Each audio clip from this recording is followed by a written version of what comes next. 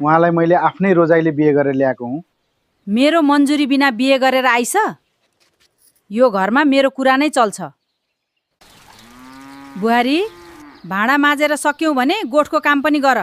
हुन्छ आमा, म सबै गर्छु। बुहारी, भाँडा सकेपछि गोठको काम पनि भ्याउनु पर्छ। हजुर आमा, म गर्छु। आमा, तिमी धेरै थाकिसक्यौ, बाँकी काम म गर्छु। तिमी पहिले अलिकति आराम गर। बुहारी, आँगन राम्ररी सफा गर्न पनि आउँदैन? कस्तो काम गरे कि? हजुर आमा, फेरि सफा गर्छु। तँले जे गरे पनि मलाई चित्त बुझ्दैन। मेरो कपडा राम्ररी धोएकी छस् कि छैनस्? हजुर आमा, राम्रोसँग धोएकी छु। ल हेरौँ। मलाई मन परेन भने फेरि धुनुपर्छ। यो घरमा मेरो कुरा मान्दैनौ भने बुहारी भएर बस्न पनि गाह्रो हुन्छ। तपाईँको छोरी बनेर बस्न आएकी हुँ।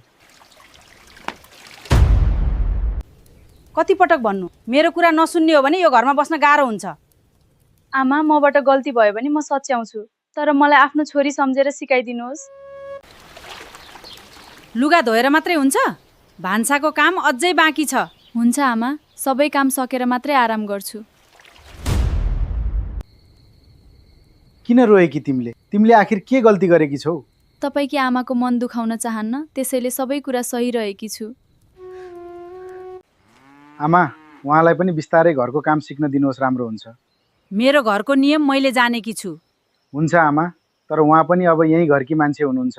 बुहारी, त्यो छेउको घाँस पनि उखेल्दे, साँझ पर्न लाग्यो। हजुर आमा, अहिले नै गरिहाल्छु। तपाईँ त्यो काम गर्नुहोस्, म यो खेतको भाग सकिहाल्छु। तँले काम गर्न। बुहारी, गाईलाई घाँस राम्ररी हाल है, भोकै नराख्नु। हजुर आमा, म राम्ररी हेर्छु। तपाईँ काम गर्दै हुनुहुन्छ, म बाख्रालाई पनि बाहिर बाँधेर आउँछु। आज दिनभरि काम गरेर थाक्यौ होला? हजुर आमा, म खाना पकाइहाल्छु। तिमी खाना बनाऊ, म गोठको काम सकेर आउँछु।